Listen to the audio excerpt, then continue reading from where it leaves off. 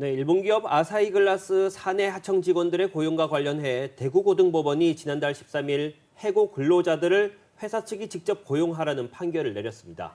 하지만 6년 넘게 법정 다툼을 해온 해고 근로자들이 실질적으로 구제받으려면 아직 넘어야 할 산이 많다는데요. 자세한 내용 강수영 변호사와 함께 알아보겠습니다. 변호사님, 안녕하십니까? 안녕하세요. 네, 먼저 아사히글라스의 하청업체 근로자들이 장기간 소송전을 하게 된 경위부터 설명해 주시죠. 네, 일본계 화학섬유업계인 아사히글라스는 디스플레이용 유리 등을 만드는 회사로 2005년에 구미 4공단에 입주했습니다.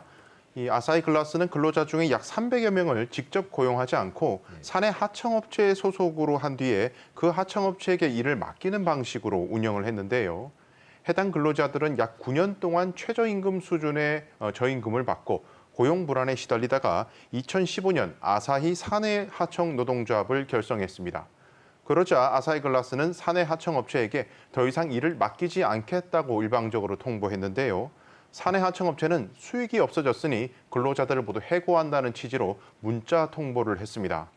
하루아침에 이 일자리를 잃게 된 근로자들은 이 법원에 아사히글라스가 사내 하청업체에게 책임을 떠넘기고 있다. 우리 근로자들을 직접 고용할 의무가 있는 자는 바로 아사히글라스라는 취지로 법원에 근로자 지위 확인 소송을 청구하게 된 것입니다. 그럼 회사 입장은 이 하청업체 근로자는 자신들이 해고한 게 아니니까 문제가 없다 이런 건가요? 네, 근로기준법과 노조법 이런 조항들이 참 중요한데 이 근로기준법은 회사가 근로자를 해고할 때는 반드시 절차와 사유가 엄격하게 정해져 있도록 규정하고 있는데요. 특히나 이 노조 활동이나 가입을 이유로 해고하는 것은 부당노동행위라고 해서 해고가 모두 무효가 됩니다. 회사 입장에서는 이런 법적 제한을 피하기 위해서 하청업체를 활용하는 경우가 대단히 많습니다.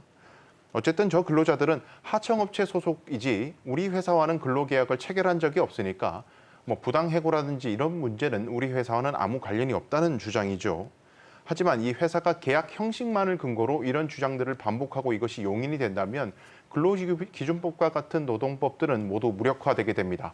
그래서 대구고등법원은 이런 회사들의 꼼수를 제동을 건 것으로 봅니다.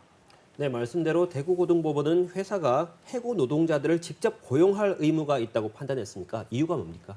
네, 파견법은요. 회사가 근로자를 파견한 지 2년이 넘도록 계속 파견 형태로 근로자를 사용하거나 파견이 금지되어 있는 업종에 근로자를 파견할 경우에는 해당 근로자를 직접 고용할 의무를 진다고 규정하고 있습니다. 또 직접 생산 공정에는 근로자를 파견할 수 없도록 하고 있는데요. 이 아사히글라스 측은 자신들이 근로자를 그 하청업체에 파견한 것이 아니라 그저 독립된 하청업체에게 일을 맡겼기 때문에 직접 고용 의무가 없다고 계속 주장해 왔습니다.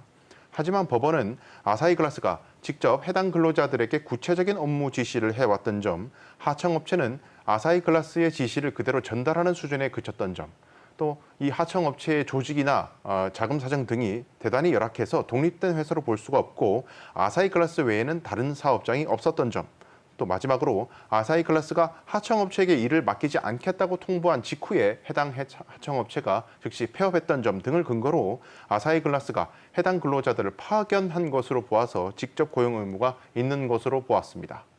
그렇다면 아사히글라스 경영진도 처벌을 받을 수 있는 건가요? 네, 파견법에는 처벌 규정이 있는데요. 이 사업주가 직접 고용을 회피하기 위해서 파견을 악용하지 못하도록 여러 규정들이 있습니다. 특히 파견 허용 업종을 제한하고 있는데 제조업은 파견법상 파견 금지 업종입니다. 따라서 이걸 어긴 경우에는 사용자가 3년 이하의 징역 또는 3천만 원 이하의 벌금에 처해질 수가 있는데요. 근로자들이 고소한 지 무려 6년 만인 작년 8월 우여곡절 끝에 대구지방법원 김천지원은 아사히글라스 한국자회사의 전 대표인 히라노 타케시 대표에게 파견법 위반 혐의로 징역 6월 및 집행유예 2년을 선고했습니다. 네, 긴 법정 투쟁으로 근로자들도 많이 지쳤을 텐데 이번 판결로 예전 직장으로 다시 돌아갈 수 있는 겁니까? 네, 법원이 이런 직접 고용 의무가 있다는 판결을 하고 이게 확정이 되면 근로자들은 그간 이제 근로관계가 계속 유지됐던 것으로 간주가 되고 자연스럽게 그간 받지 못했던 임금도 모두 돌려받을 수가 있게 됩니다. 그런데 문제는 아사히글라스가 이번 항소심 판결에도 불복하고 대법원에 상고를 하게 되면 해당 판결이 확정되지 않은 상태가 되기 때문에 여전히 근로자들은 대법원의 판결 때까지 기나긴 시간을 버텨야만 합니다. 노동계에서는 아사히글라스가 상고를 해서 시간을 끌 가능성이 대단히 높다고 보고 있습니다. 네, 6년 넘게 법적 다툼을 이어온 아사히글라스 항소심 판결에 대해서 알아봤습니다. 지금까지 강수영 변호사였습니다. 오늘 말씀 고맙습니다.